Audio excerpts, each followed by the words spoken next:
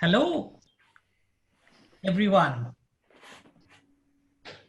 Thank you very much for joining us today on the 6th session of the webinar series on design and development of massive open online courses. I'm Sanjay Mishra. With me, my co-host, Professor Dr. Fong Shun Fook from University of Malaysia, Sabah. We have our first guest in the series of the webinar session, Dr. Wayne Mackintosh. Welcome, Wayne. Thank you so much, and it's wonderful to receive the invitation, and I'm very pleased that we're focusing on the Asian region because it means I don't have to stay up so late at night. So it's wonderful to be here, and thank you for the invitation, and I look forward to sharing ideas and thoughts with you. For the information of our participants from around the world, and particularly from the University of Malaysia, Sabah, a brief introduction about Dr. Wayne Mackintosh. He has been a colleague, a co-worker in the field of open educational resources and e-learning for quite a number of years. In fact, he was the one who introduced me to the open educational resources field in 2006. I'm not sure whether he remembers that. Actually, I don't want to interrupt, but I actually do. I went and had a look when you've created your Wiki Educator account, and it was on the 9th of August, 2006. And for everybody to tell that Dr. Wayne Mackintosh is the founder of Wiki Educator and Open Educational Resources Universitas, an OER Foundation. He's currently the Executive Director of OER Foundation, and he is also the ICDE UNESCO Chair on Open Educational Resources. And if you want to search about open educational resources, probably the first hit that you will going to get about from Wayne Mackintosh. And talking about my association, when he started the Wiki Educator, I was the 16th member of that platform in those days. And wow. That's how I have traveled the journey so far. And I have become as an evangelist of OER as well. Of course, I also worked on open access to scientific information in my UNESCO days. So we have someone who has seen it, who has done it, and who has been preaching open educational resources to a large extent. But today, it's not the topic of open educational resources for him. It's about technology for massive open online courses. And I requested him to talk about this, particularly because the OERu, or Open Educational Resources Universitas, uses a particular set of open technologies to offer its online courses. And these online courses are also massive in nature, but they don't use a single proprietary platform.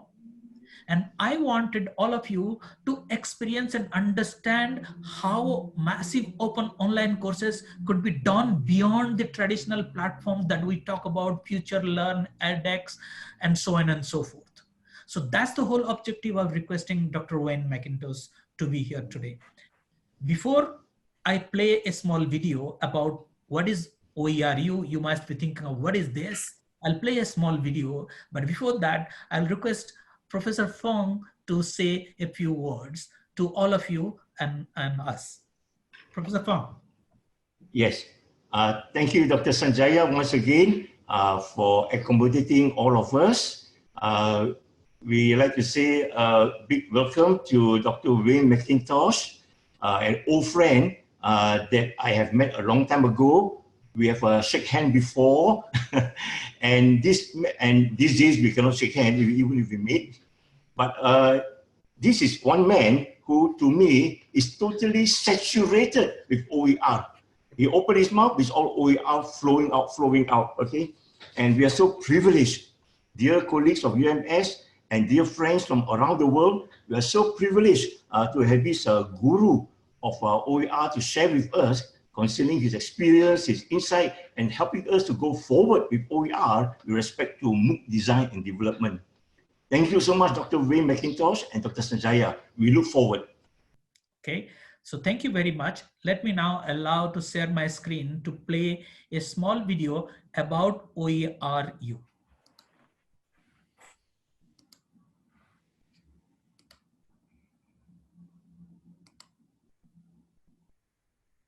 OERu provides world-class education to everyone, no matter where they live or their background.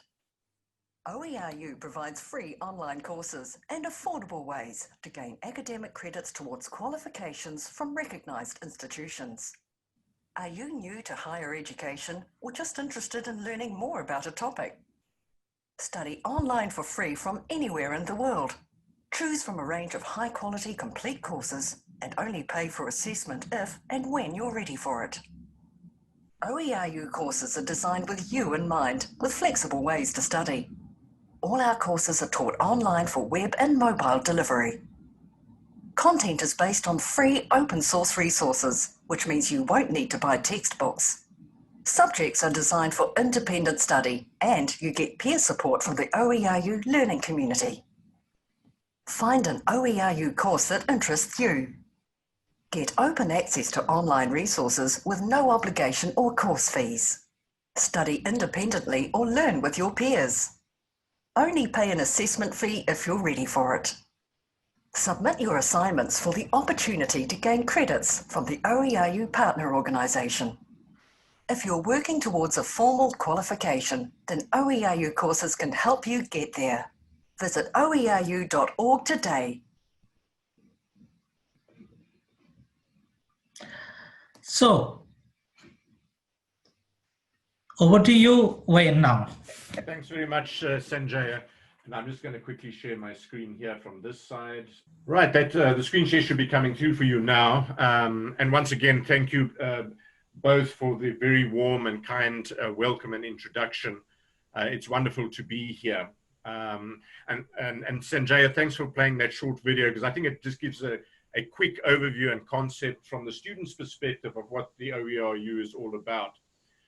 And so today, what I would like to chat about are our MOOC platforms for delivering massive open online courses using OER. And I'm obviously going to focus a lot on the technologies we're using here at the OERu. I always like to start from the point of departure to reiterate that there is no form of educational delivery that is more cost-effective, more scalable, and more sustainable than open educational resources. And I think that is particularly important to remember as we move forward in our thinking. So the key challenge which we've been trying to solve through our OERu international collaboration is really how do we widen access to participation to learners who are excluded from the privilege of a tertiary education. We know conservatively estimated that there are at least 100 million learners around the world who are qualified for seats in tertiary education, but who won't have the privilege of access. But what if institutions, higher education institutions in universities, each assembled just 2 courses online from OER? And what if those institutions each agreed to provide assessment services for these open courses towards formal academic credit? And this is what we're doing at the OERu, is building pathways for learners to achieve qualifications. What we do is we assemble open online courses designed for independent study based entirely on open educational resources, so that learners don't need to buy expensive textbooks or pay tuition fees to access course materials. Learners work through the materials themselves, get support from their peer learning communities around the world, and then they can approach one of the OERu partners for assessment services, and they pay a fee just for the assessment services to gain formal academic credit towards credible qualifications. And that is how the OERu system works. With that background, what I'd like to do is explore a couple of the technologies that underpin the world of massive open online courses. You will all be familiar with the large MOOC platforms, Open edX, Harvard University, MOOCit, which was developed by IIT Kanpur in India, the Coursera platform, the FutureLearn platform. One of the features that each of these platforms have in common is the fact that they are centralized platforms.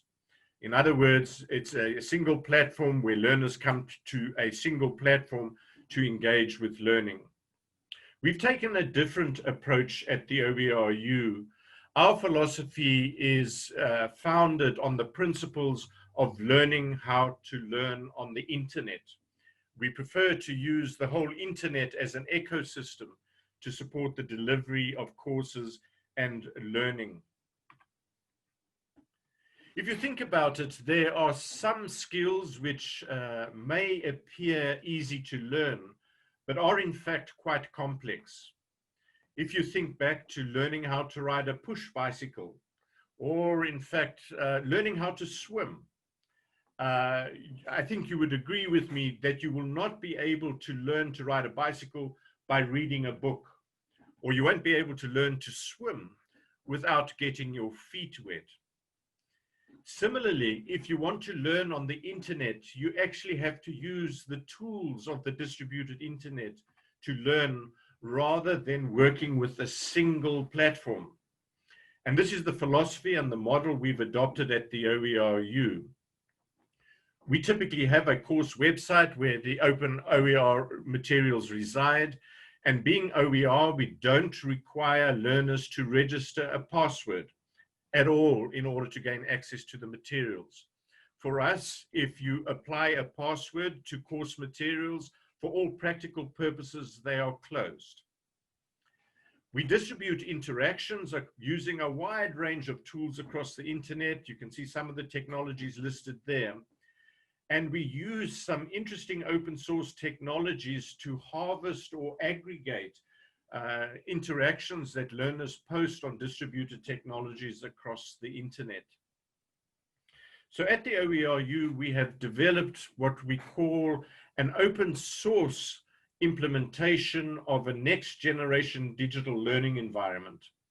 And this digital learning environment consists of a range of best of breed open source technologies across the internet for learners to be able to interact with each other. So for example, we use Mastodon, which is an open source alternative. It's a social media platform, an alternative to Twitter, for example. We don't use e-portfolios at all. We encourage learners to create their own blog sites where they are able to publish and share the outputs and artifacts of their learning. One of the advantages of using open platforms like blog sites is that learners will retain access to the content that they generated long after the courses have completed. We have an internal commenting engine called Wiki Educator Notes. We use another piece of amazing open source software called Hypothesis. And this is a technology that enables a learner or an individual to annotate any web page or in fact PDF document that can be viewed through the browser. We use a social bookmarking technology called Semantic Scuttle, and we host our discussion forums on an amazing open source platform called Discourse. And so what you'll see here is this technology wheel consisting of a wide range of technologies.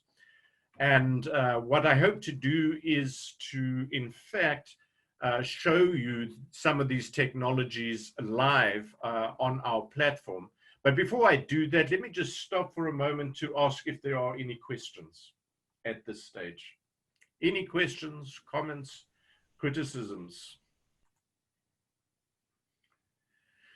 So what I'm showing you there is one of the micro courses. This is the micro course. It's a third micro course in a series of courses called Learning in a Digital Age.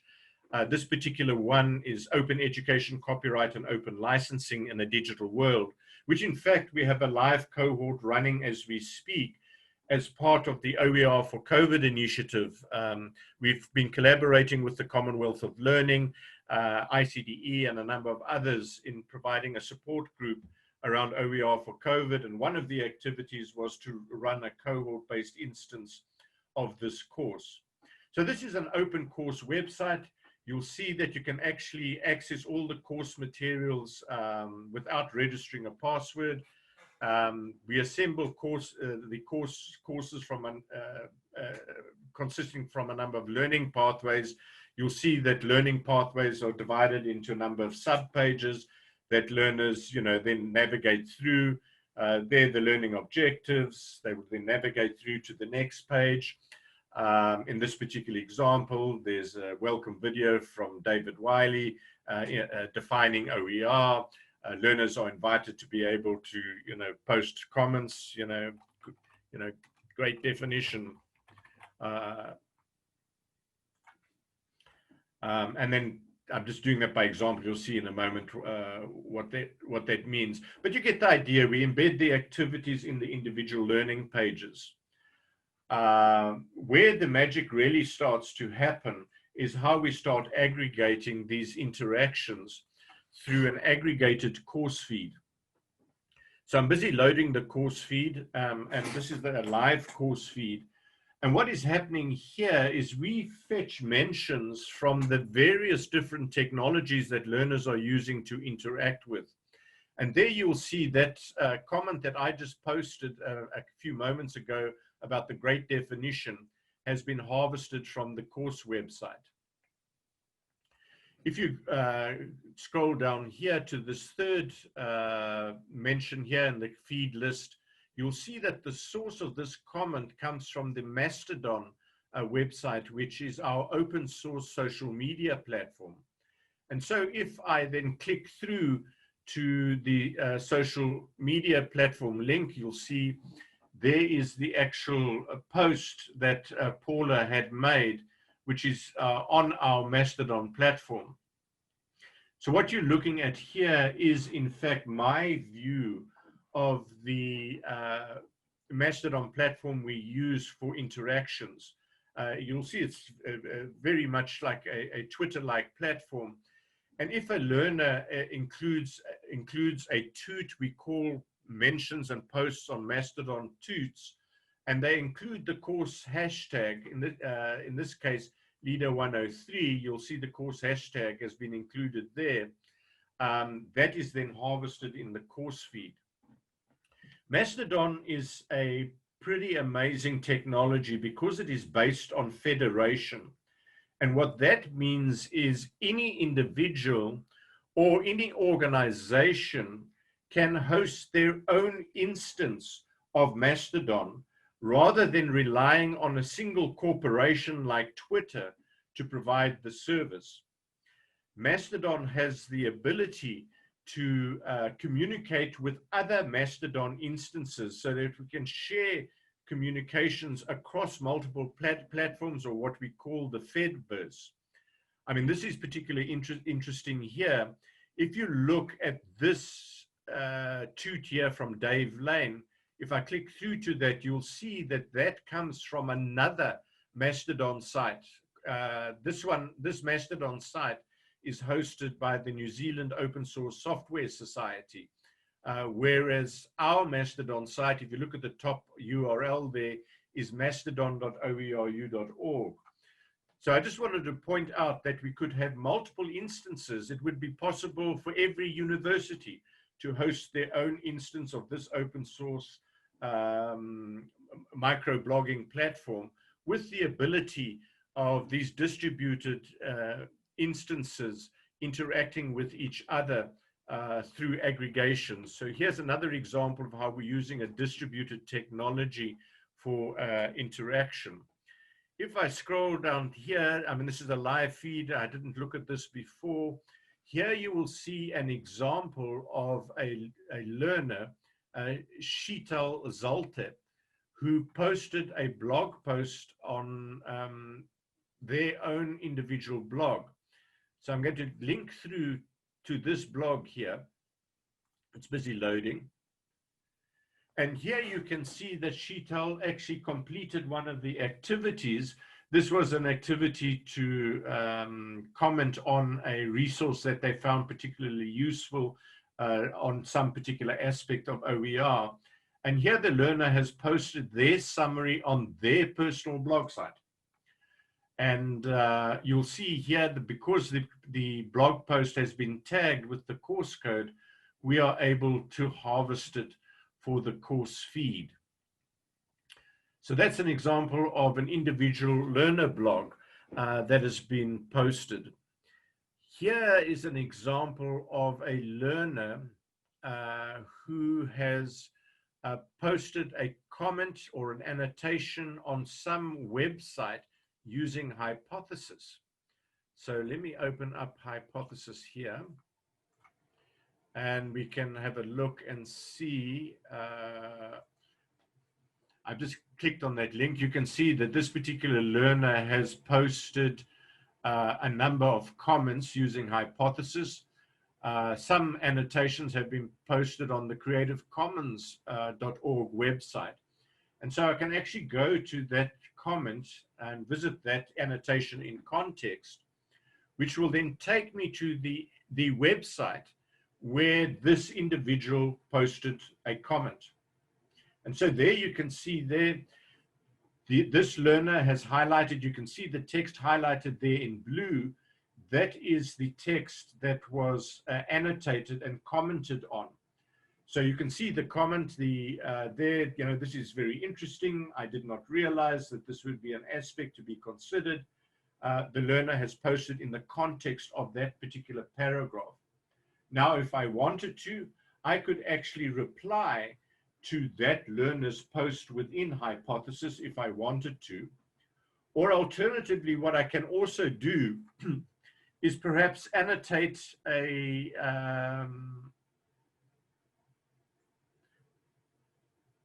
anything in the article. By highlighting some text in the article, you'll see there that this annotate button appears. I click on the annotate button.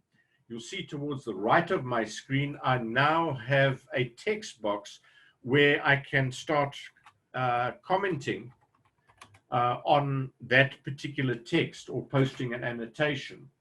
And as long as the learner includes the course code as a tag, when they post their annotation publicly, we have the ability of harvesting those interactions in the course feed. So the last example I'll have a look at, and then I'll stop again to see if there are any questions.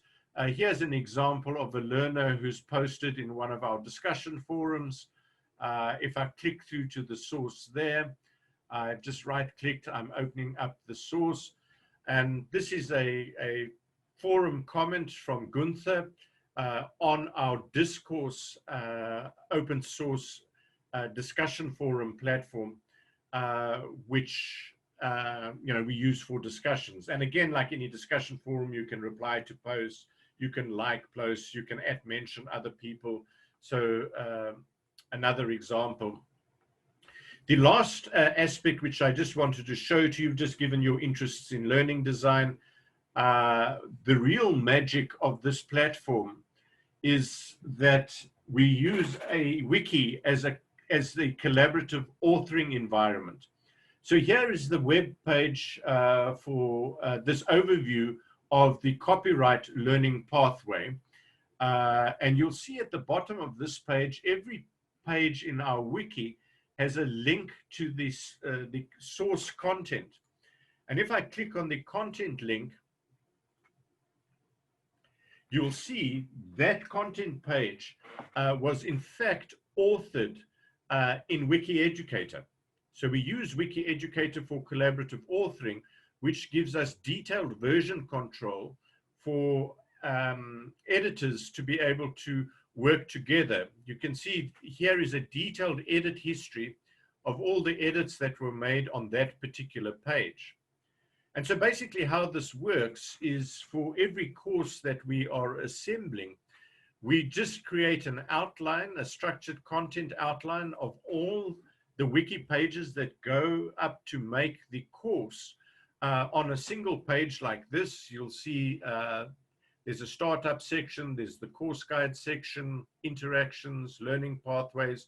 The first learning pathway is the orientation. And so this is just a structured list of the collection of wiki pages that are used to publish the course website.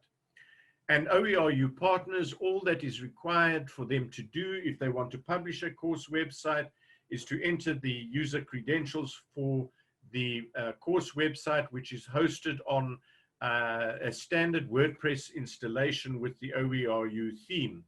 So this course website is hosted on WordPress that is automatically produced, a snapshot is automatically produced from the wiki.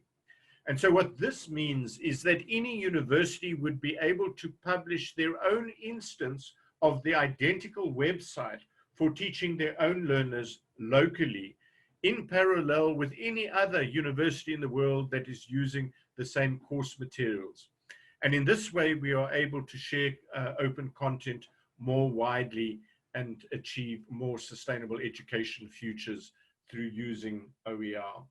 So let me leave it there and open up the floor to hear if there are any questions. I thank you everyone joining from across the world, and UMS particularly. Thanks to Dr. Fong for facilitating, and of course to Dr. Wayne Mackintosh for sparing the time with all of us. And the recording will be available sometime later in the month or early June, and we'll share this with everyone. Thank you very much, and thanks everyone again for joining us today on this webinar series. Thank you, Wayne. Thank you, Dr. Fong. Thanks, colleagues. Bye-bye.